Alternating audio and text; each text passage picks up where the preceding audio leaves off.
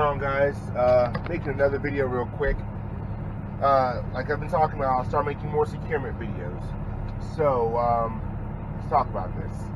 Recently picked up a relay load from another one of our drivers who's leaving ATS to go on to another venture. It's two loaders, two Cat 908M loaders. Got there to the relay point, Gary, Indiana, you know.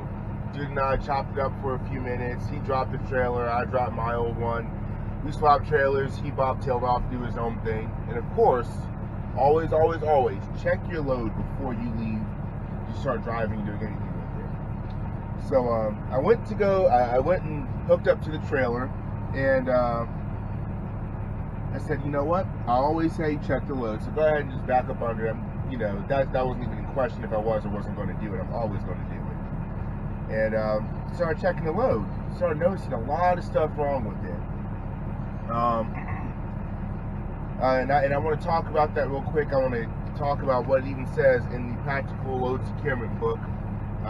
That if you go through rail and get your CDL through them and go flatbed, you'll actually receive a copy of this book. At least when I did, they were giving this out. I don't know if they still are or not. I venture to believe that they still are. So I'm going to go through a few things real quick. I'm going to talk about heavy vehicles, equipment, and machinery. And that applies to something that is 10,000 pounds or more. It individually weighs 10,000 pounds or more. So by itself. Alright? Now, let's see. I went through and I want to just highlight certain points. I'm not going to read every single part of this, but certain points that are very important. Alright? Now it says 10,000 pounds or more. Now I do want to annotate that other types of large industrial machinery, such as generators, drilling equipment, stamping machinery, transformers, printing presses, and etc., do not fit into this category just because it isn't some type of machinery. You have to secure those under the rules for general cargo. So I'm not going to talk about transport vehicles or loading. That's the simple part. You want to make sure that there's any kind of attachment, like a bucket or the part that goes up and down, you know, what you would attach the bucket to, that's secured firmly on the deck. Sometimes you might put a piece of wood, a 4x4 underneath it, so it rests gently, it rests on that, and then you'll use a tie down on that. Alright, another thing, always secure to what the manufacturers want you to do. And a lot of times you'll go to places and you securing things like that, they'll tell you what they want, how they want you to secure it. Not to mention the securement points are very bold and in your face. So yeah, if you don't know the weight, just throw a bunch of securement on it. Let's see, another part. A lot of vehicles have attachment points for tie downs, like I've stated. Another thing is you want to use indirect tie downs. Excuse me. Those are the two types of securement. You typically can use indirect, however, you typically want to use direct. Direct is basically where it goes from side A of the trailer, attached to a certain point, and comes back down and reattaches back to side A. Now that being said, you will get half the working load limit, or the will, as it's called. You will get half the working load limit of that particular type of securement device. Now, that being said, when you're securing this stuff down, this is the part I really want to get into, you must use at least 4 tie downs for each piece of heavy equipment being transported. Alright? The tie downs must restrain against movement in forward direction, should also have a working load limit equal to at least 80% of the weight of the heavy equipment. Alright, tie downs preventing forward movement must be strong enough to restrain 80% of the vehicle's weight. Then you'll need additional tie downs as needed to prevent sideways and rearward motions. Alright? The aggregate working load limit of tie downs must be equal to or greater than 50% of the weight of the heavy equipment. Alright?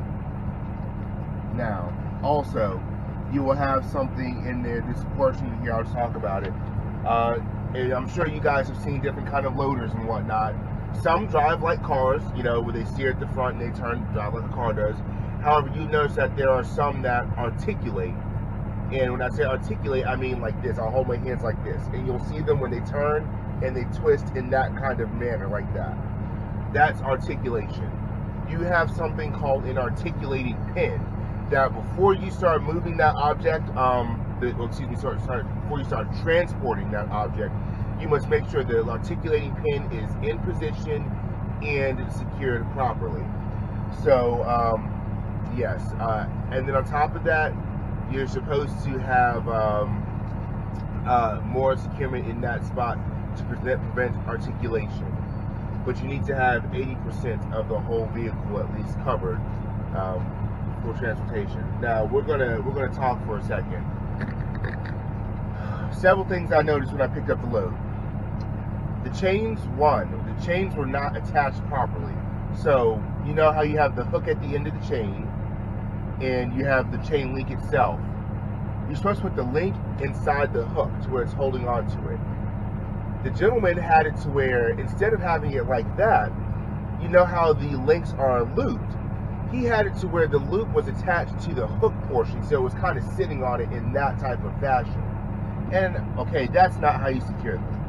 Another thing I noticed, the gentleman had multiple types of chains. He wasn't just using 3/8 chains. He was using 5/16 and 3/8. Now, 5/16 chains only have a working load limit of 4,600 pounds, or is it 47? I believe it's 47? I believe it is. It's one of those. It's in the 4,000s. The high 4,000s. I'm just going to go with 4,700. I believe it is 47. So anyway, and he had a mixture of 3/8 and 5/16.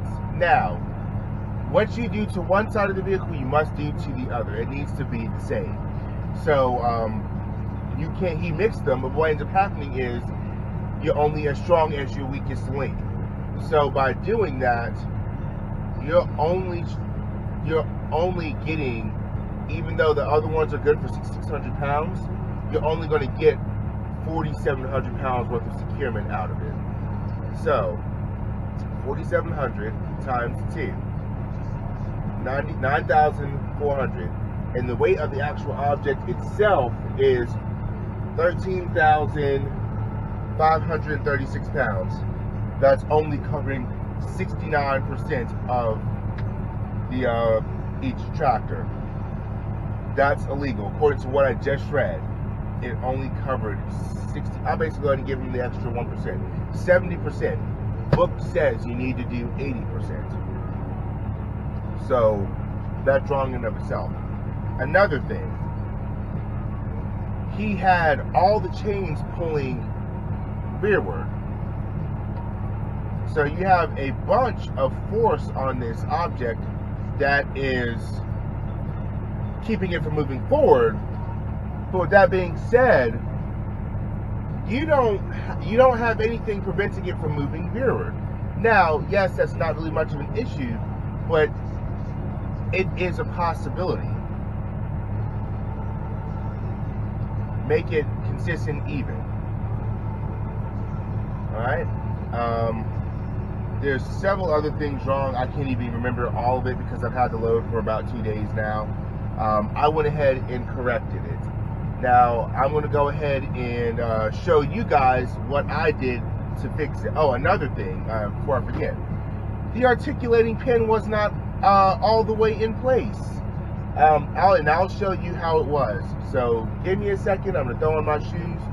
And I'm going to hop outside and I'm going to show you guys how I secured it and how some of the stuff was done wrong on his end. I wish I would have thought at the time to show how he had done it. The chains were incredibly loose as well. I'm talking to the points where I was taking them and shaking them violently with my hand. And yeah, it was all types of wild. Somehow or another, he made it from Baltimore, Maryland, all the way up to Gary, Indiana. Stroke of luck, I assume. I don't know how he did it, but he did.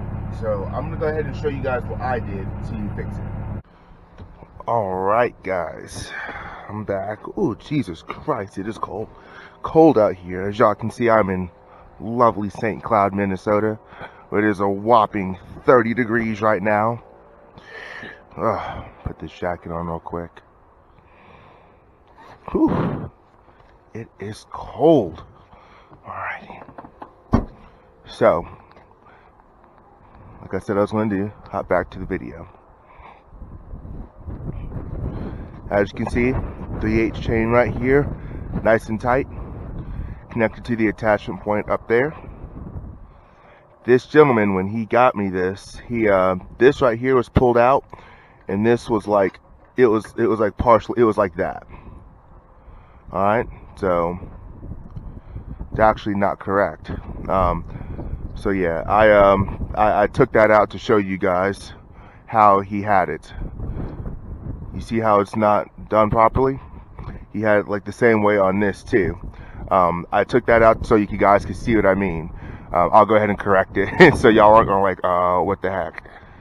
So yeah, it actually should be pulled out, rotated around, and run through.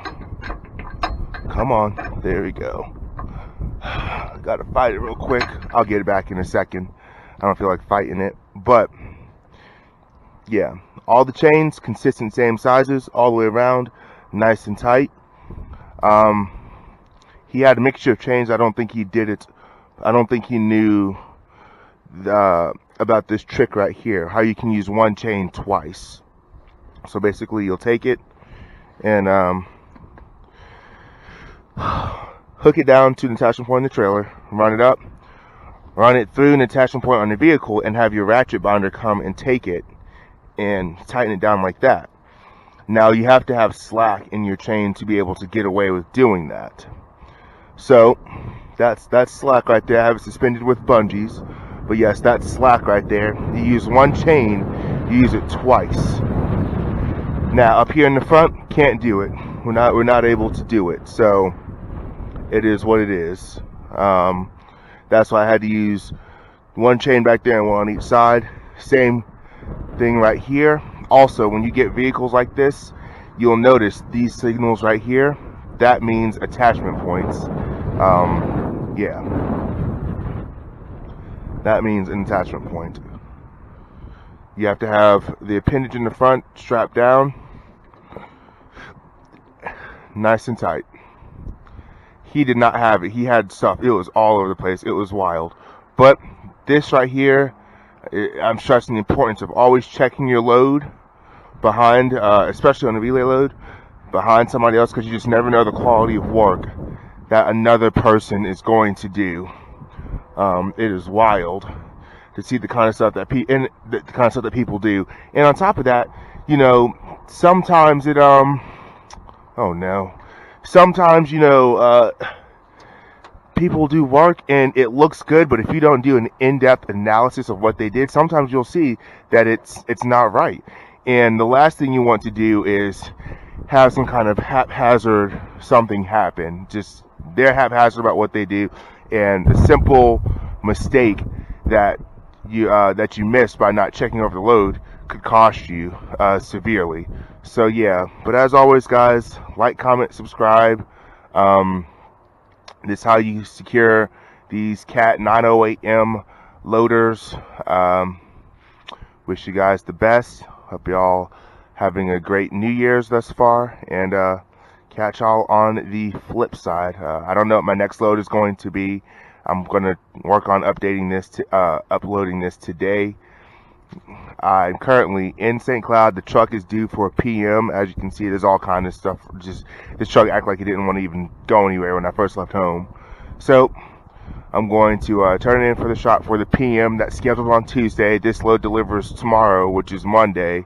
So I'll probably be sitting up here for about a day or so, a day or two. I don't know what I'll get after that, but if it's something interesting, I'll go ahead and show you guys. But yeah, good look around St. Cloud right here. Look at that huge mound of snow. That thing's got to probably be like at least 18 to 20 feet tall, probably even taller than that. But alright guys, y'all take care.